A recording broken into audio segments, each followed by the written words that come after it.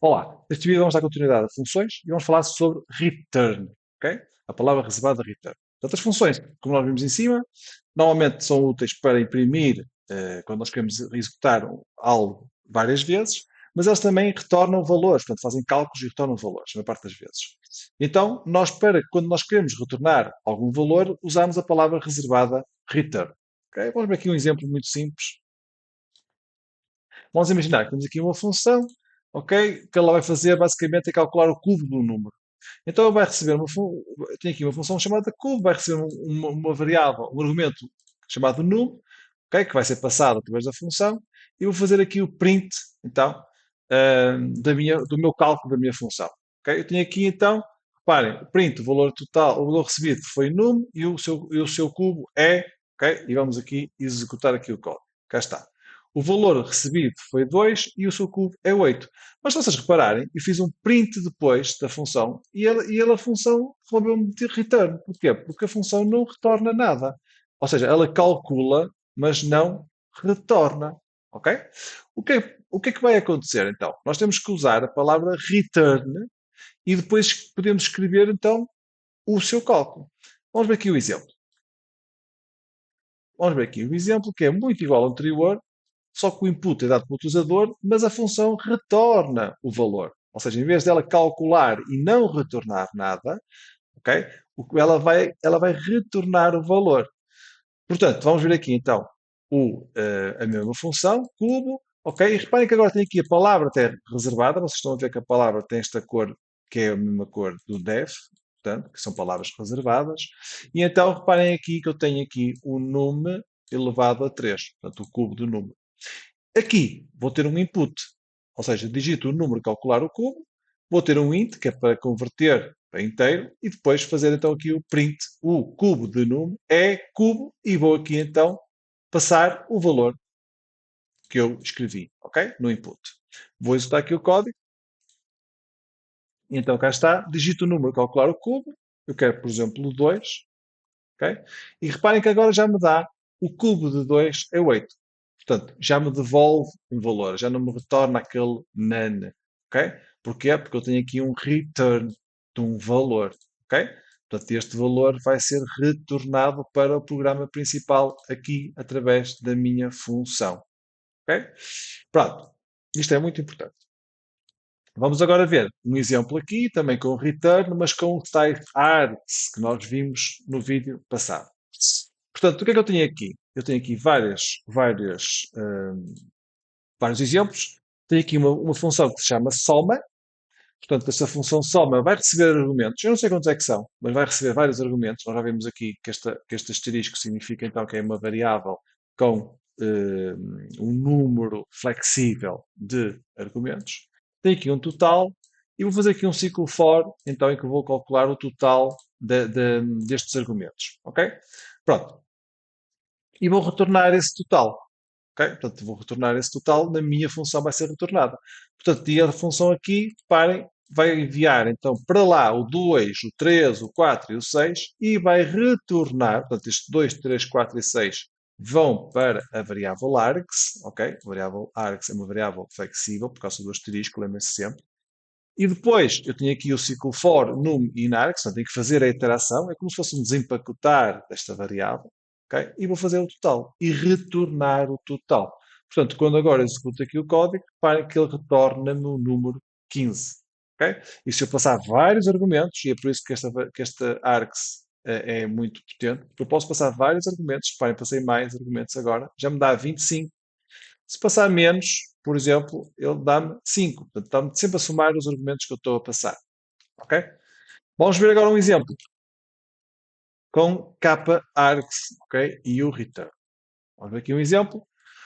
Por exemplo, tem aqui então uma função que se chama concatena, ok? Que vai receber vários. Eu vou pôr aqui primeiro, vou comentar primeiro esta parte, ok? Vou enviar, como eu estou a falar de argumentos nomeados, portanto, com um valor, ok? Variável e valor, eu tenho que usar então o tal duplo asterisco, ok? Portanto, eu vou receber estes valores, ok? Na minha variável k-args, ok? E vou fazer aqui o resultado é igual a uma string e depois faço aqui for valor in capa_args.values, cá está, eu posso usar o ponto .values, ok? Vou então fazer resultado, vai ser igual então ao resultado mais o valor que eu tenho lá. Portanto, eu vou aqui executar aqui o código, cá está. Portanto, reparem, valores recebidos é o que está aqui, capa_args, portanto, é o meu dicionário, uma forma de dicionário que vocês estão aqui a ver, ok? E depois tenho então os valores do meu dicionário. Os valores estão aqui. Python é cool. Ok? Portanto, ele vai concatenar isto. Portanto, isto é uma string. Vamos utilizar strings. Nós podemos usar o mais para somar, digamos, entre aspas. Não é somar, mas é concatenar. E é por isso que se chama concatena. Ok? A minha função. Portanto, o que ele vai fazer é concatenar estes valores todos aqui na minha variável resultado, que é uma variável do tipo string. Ok? Portanto, no exemplo abaixo, aqui, vamos rever então, executamos aqui o código e que agora temos aqui os valores recebidos, cá está, no meu dicionário com todos os valores recebidos, A, B, C, D e E, e depois temos aqui então a tal concatenação. Python é uma linguagem cool, ok? Ele vai concatenar todos os meus valores utilizando o ponto values, ok? Pronto, e cá está, como eu disse também em cima, podemos retornar as chaves com as keys ou os itens. Portanto, depois podemos trabalhar com esse tipo de informação, ok? Temos aqui outro exemplo, com capa arts, ok? Por exemplo, uma pessoa, temos aqui o Gabriel 33, o Rafael 47, o Daniel 22. Faço aqui um print dos meus capa arts e depois tenho aqui for nome e idade e vou aos itens e digo print o nome tem atualmente idade, anos de idade. Portanto, eu executo aqui o código e reparem o que é que ele me dá. Ele passou-me aqui os capa arts, portanto, que são os argumentos nomeados, e depois o Gabriel tem atualmente 33, o Rafael tem atualmente 47, o Daniel tem atualmente 22. Ou seja, estava a fazer aqui a interação utilizando nome e idade. Ok? E eu estou a passar os itens. Portanto, isto é muito, estão a ver que isto é muito relacionado com os dicionários. Ok? Pronto. Temos aqui um conceito que também é importante perceber, isto porque vamos ver a seguir eh, a passagem de valores, ok? Que é o conceito de objetos mutáveis e imutáveis. Eu já falei nisto noutros vídeos, mas convém sempre falar, em particular no uso das funções. Portanto, não esquecer então que o conceito de objetos mutáveis e imutáveis é em Python, ok? Pronto. Ou seja, para verificar se duas variáveis referem-se ao mesmo objeto, podemos usar o comando id, que retorna o identificador do objeto, que nada mais é então do que o número inteiro que cada objeto possui para ser identificado de forma unívoca, ok? Pronto, e isto nós já vimos. Eu só estou aqui a rever, que é para faz sentido depois no que vamos dar a seguir, ok? Portanto, eu faço aqui x igual a 1, print id de x igual a x, x é igual a, portanto, é igual a x mais 1, ou seja, x mais igual a 1, e faço print id de x. Portanto, executo aqui o código e vocês vão ver que temos duas identificações diferentes, porque agora sabemos que os inteiros são tipos de objetos imutáveis, portanto, o que ele está a fazer é criar um novo objeto chamado x a apontar para um novo valor. Portanto, isto nós já vimos.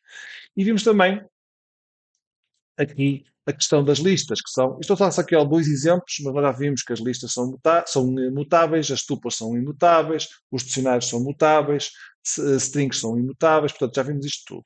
Só para relembrar aqui este tipo de conceito. Okay? Portanto, nas listas temos a mesma coisa. Reparem, criei aqui uma lista, fiz o print id da minha lista, adicionei um valor à lista, okay? Faço o print do x e reparem que o que está a acontecer é que o meu objeto é o mesmo. Portanto, eu estou a fazer a alteração, portanto, estou a adicionar este elemento, ok, à minha lista X, mas é o mesmo elemento, porque as listas são o mesmo objeto, porque as listas são mutáveis, portanto, eu posso adicionar no próprio objeto em si. Ok? Pronto, isto tem a ver um bocado nisto que eu estava aqui a falar, portanto, que é na passagem dos argumentos e de parâmetros, ou seja, passagem de argumentos e barra parâmetros. Isto porquê? Quem já programou certamente já ouviu falar, que é que diz aqui, em passagem de parâmetros, por valor ou por referência, ok? Em Python isso não existe. Portanto, esse conceito que em outras linguagens possam existir, em Python isso não existe. E vamos ver aqui, então, esse exemplo, ok? Temos aqui, então, uma função, eu vou só fazer aqui, ok? Vou só limpar aqui o terminal, e vou, então, baixar um bocadinho isto para vermos aqui o que é que acontece. Portanto, aqui está aqui a explicar até o que é que vai acontecer. Ou seja, a função func vai receber dois argumentos, o x e o y, ok? E vamos depois fazer aqui o incremento de x na minha função, ok? E depois aqui vamos fazer o print do valor de x dentro da função e o respectivo id. E aqui vamos fazer o print, vamos adicionar ao y, que é uma lista, ok? O valor 4. E vamos ver qual é que é o valor da minha lista dentro da função e o respectivo ID. Ok? Pronto, e vamos aqui executar aqui o código. E vamos agora analisar com detalhe isto. Portanto, isto porquê? Porque nós depois num próximo vídeo vamos falar sobre variáveis globais e variáveis locais. E tem muito também a ver com isto. Pronto, e reparem, o valor x fora, ou seja, reparem a minha função, o que é que eu tenho? Eu tenho aqui então o x igual a 1, o y é uma lista. E tenho aqui, antes de entrar na função, tenho print de x e o respectivo id, que é o que está aqui. Ok? Print de x, respectivo id, print de y e o respectivo id. Quando o x entra, ok? Portanto, este x dentro é aqui, ok? X dentro. E se vocês repararem, x dentro tem aqui um valor que é diferente deste, ok? Portanto, tem a ver com essa questão que eu falei. Nós estamos a falar de objetos. Este X aqui, ele, se vocês repararem, é outro objeto que estamos a falar. O X que está aqui dentro é um valor diferente do X de fora. Ok? O Y que estamos aqui a falar, reparem que ele adicionou o valor 4, é o mesmo objeto. Reparem que acaba em 3488, 3488. Portanto, ele está a alterar o mesmo objeto. Ou seja, está a alterar o objeto da minha lista, porque é mutável.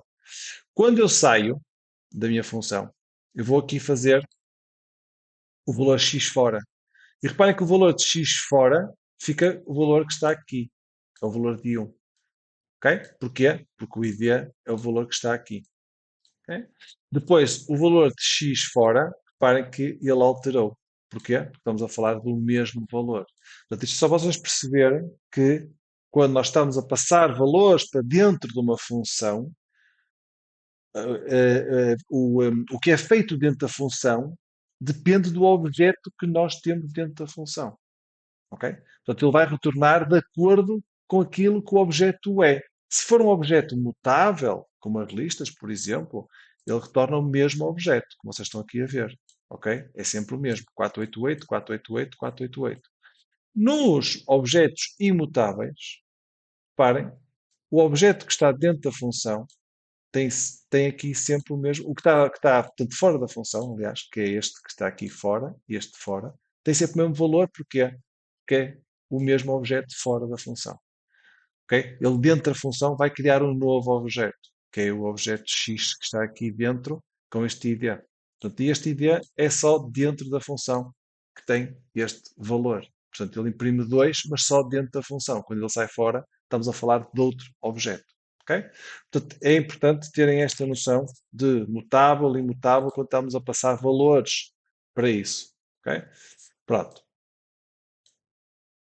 Temos aqui esta explicação que está aqui, a explicação foi a explicação que eu dei. Portanto, ou seja, a função func recebeu dois argumentos. De forma leiga, poderíamos dizer que ambos sofreram alterações dentro da função, mas somente na lista a alteração persistiu fora do âmbito da função. Isto é uma explicação bem clara, porque qualquer objeto passado por uma função é feita uma cópia da referência do objeto para o âmbito local da função. Okay? Que é o que vamos ver depois aqui as variáveis no próximo vídeo, que é as variáveis globais e locais. Portanto, se o objeto for mutável, uma operação como append, por exemplo, vai afetar o objeto referenciado pela variável e assim a alteração persiste fora da missão, do âmbito da função. Com um objeto imutável, não é possível alterar o objeto em si. O que se faz é alterar a referência. Cá está. Como a referência é apenas uma cópia, qualquer alteração feita sobre ela não irá ter efeito na referência do âmbito de fora.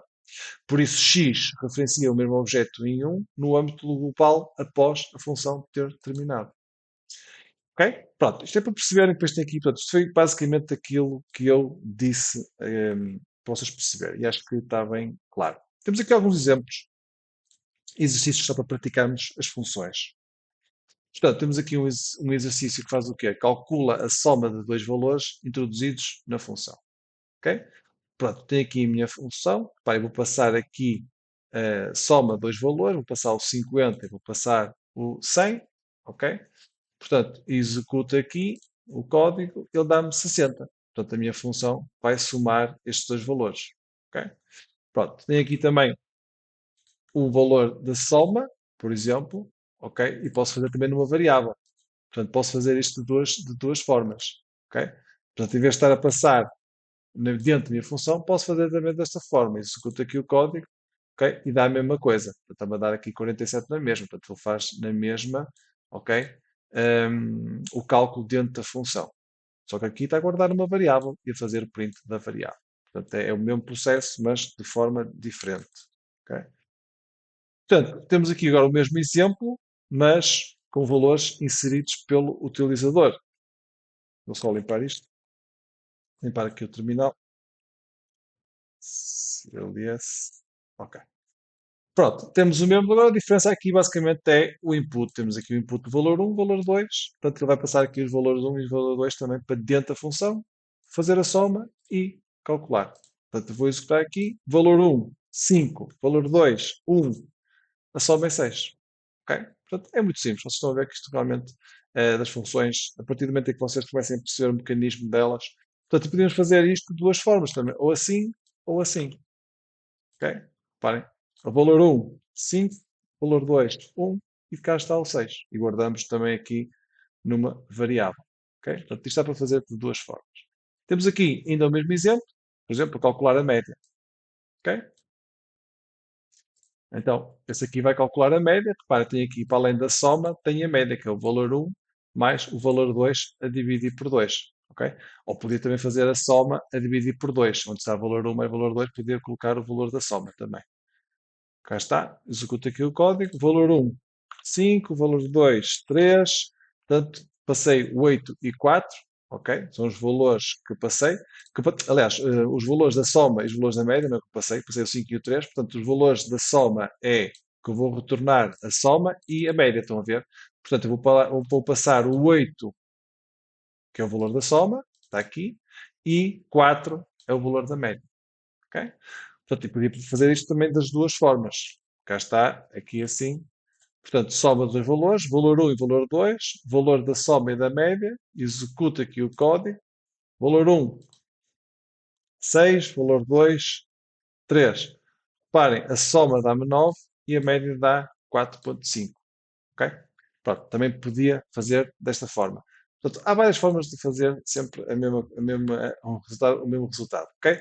Pronto. Penso que, em termos de return, que foi o que eu queria falar neste vídeo, falámos, portanto, em tudo o que é importante, ok? E no próximo vídeo vamos ver a parte das variáveis globais e variáveis locais, ok? Espero que tenham gostado, então, e até o próximo vídeo.